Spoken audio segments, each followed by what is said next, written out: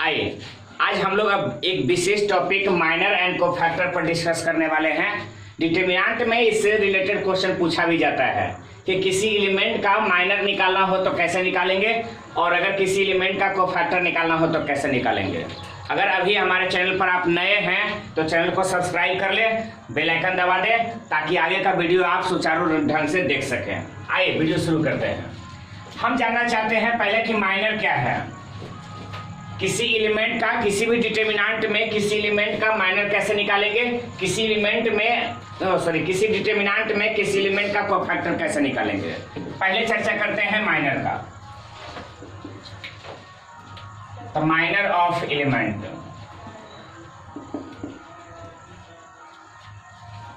अगर बात करें तो सीधा सिंपल सा हम आपको पहले समझा लेते हैं, बाद में इसके बारे में लिखेंगे। मान लो आपके पास एक डिटरमिनेंट दिया गया है 2, 3, 5, 1, 4, 7, 9, 7, 2। ये 3 ऑर्डर का डिटरमिनेंट है। हमें अगर किसी एलिमेंट का माइनर निकालना हो, जैसे हमको इसका माइनर निकालना है, ये डिटरमिनेंट है जो कि 3 गुना 3 ऑर्डर का है। अब हमें जानना है कि इस 2 का इस एलिमेंट का माइनर क्या होगा।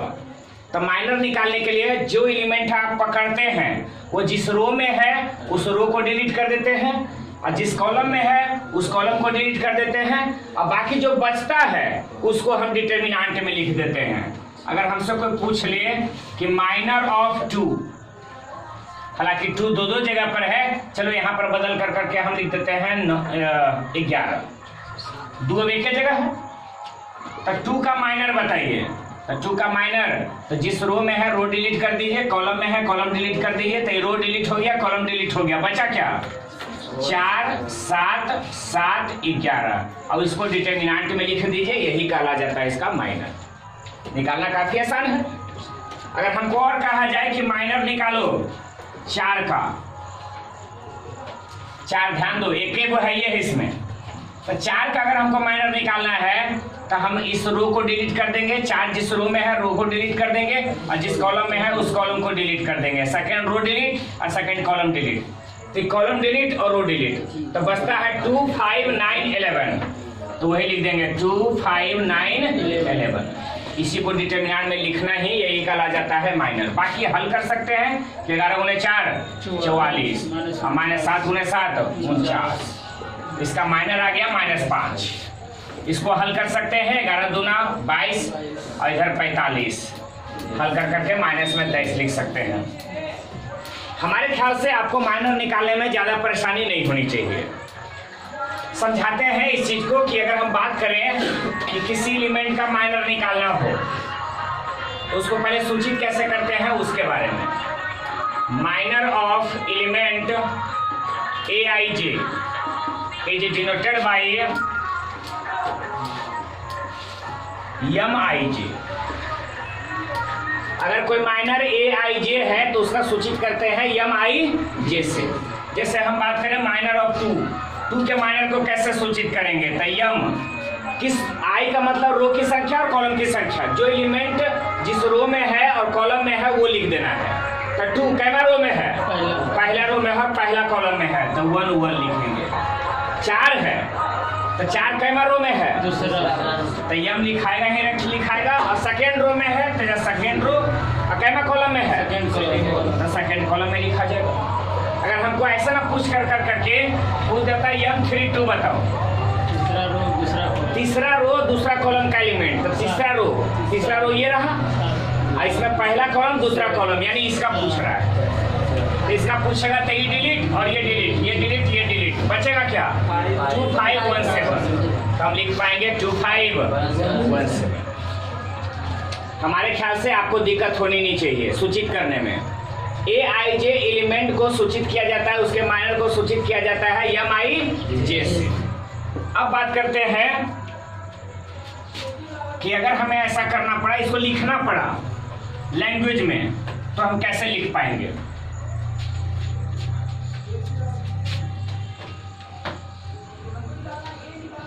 Minor of any element is obtained by deleting of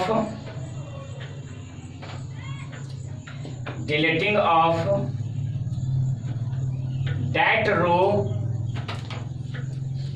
and column in which element present,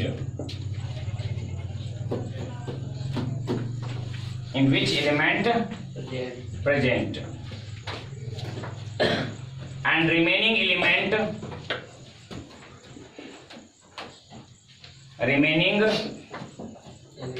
element taken in determinant.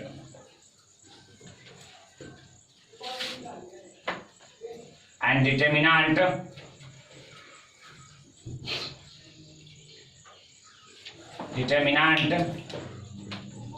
is called minor of that element. Language लिखने में इतना लंबा चलना गया, वरना आप आसानी से समझ सकते हैं कि किसी एलिमेंट का माइनर अगर हम लोग प्राप्त करते हैं तो उस रो को, जिस रो में जिस कॉलम में वो एलिमेंट प्रेजेंट होता है, उस रो को डिलीट कर करके हम लोग प्राप्त करते हैं। और जो बचा हुआ एलिमेंट है, remaining element taken in determinant, जो बचा हुआ एलिमेंट है उसको डिटरमिनेंट में ले लेते हैं और वही डिटरमिनेंट उस एलिमेंट का माइनर कहलाता है, जो कि हम आपको समझा चुके हैं। और भी एग्जांपल हम आपको दे सकते हैं। मान लो यही है 2571, मान लो दुगना दुइया ऑर्डर का है और हमसे कहा जा रहा है बताओ M11। तब पहला रो पहला कॉलम का, तब पहला रो में और पहला कॉलम में 2 है, इसका मतलब हमसे कहा जा रहा है माइनर ऑफ 2। तब 2 का जैसा ही माइनर बताएंगे तो जिस रो में है रो डिलीट, कॉलम डिलीट, खाली बचेगा कौन? 1। तो एक को डिटरमिनेंट में लिख दीजिए और एक का डिटरमिनेंट कितना हो जाएगा? कोई खास परेशानी? अगर हमको यहां से कहा दे कि M23, तो दूसरा रो तीसरा कॉलम, तो दूसरा रो तो है लेकिन तीसरा कॉलम नहीं, हम लोग इसमें बिल्कुल नहीं निकाल सकते हैं। M22 या M21, तो दूसरा रो और पहला कॉलम यानी कौन? 7 का हमको माइनर निकालना है। तो ये रो डिलीट, कॉलम डिलीट, खाली कौन बचेगा? 5। 5 का डिटरमिनेंट कितना? 5। इस तरह से हम माइनर 2 गुना 2 ऑर्डर में भी निकाल सकते हैं, 3 गुना 3 ऑर्डर में भी निकाल सकते हैं, 1 गुना 1 ऑर्डर में माइनर हम निकाल सकते हैं। आइए कोफैक्टर के बारे में जानते हैं। आइए जो इसका हिंदी लिखना चाहते हैं हिंदी लिख सकते हैं। अवयव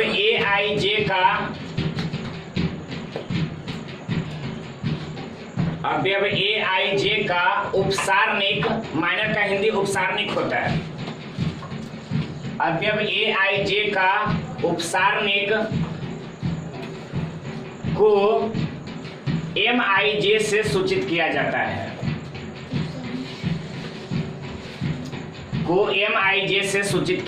है,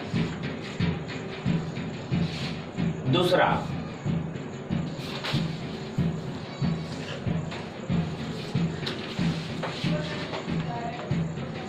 किसी अवयव का उपसारणिक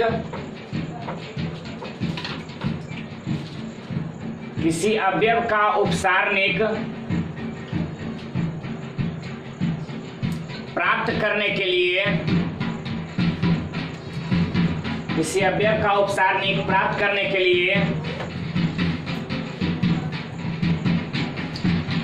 उस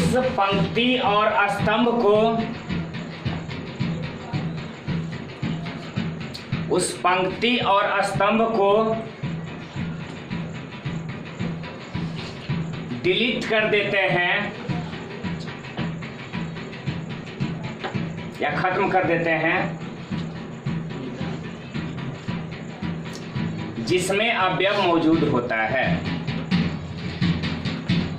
अवयव जिस पंक्ति और जिस कॉलम में मौजूद होता है, जिस रो में जिस कॉलम में मौजूद होता है, उसको खत्म कर देते हैं और बाकी शेष अवयव को डिटर्मिनेंट में लिख देते हैं और बाकी शेष अवयव को डिटर्मिनेंट में यानी सारणिक में लिख देते हैं और वही सारणिक उस अवयव का उपसारणिक कहलाता है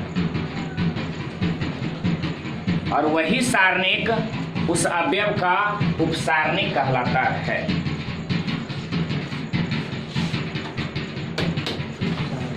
उपसारणिक कहलाता है। आइए देखते हैं कोफैक्टर। Cofactor of element. किसी अवयव का कोफैक्टर कैसे निकालते हैं हम उसी के बारे में चर्चा करने वाले हैं। पहले हम आपको समझा लेते हैं।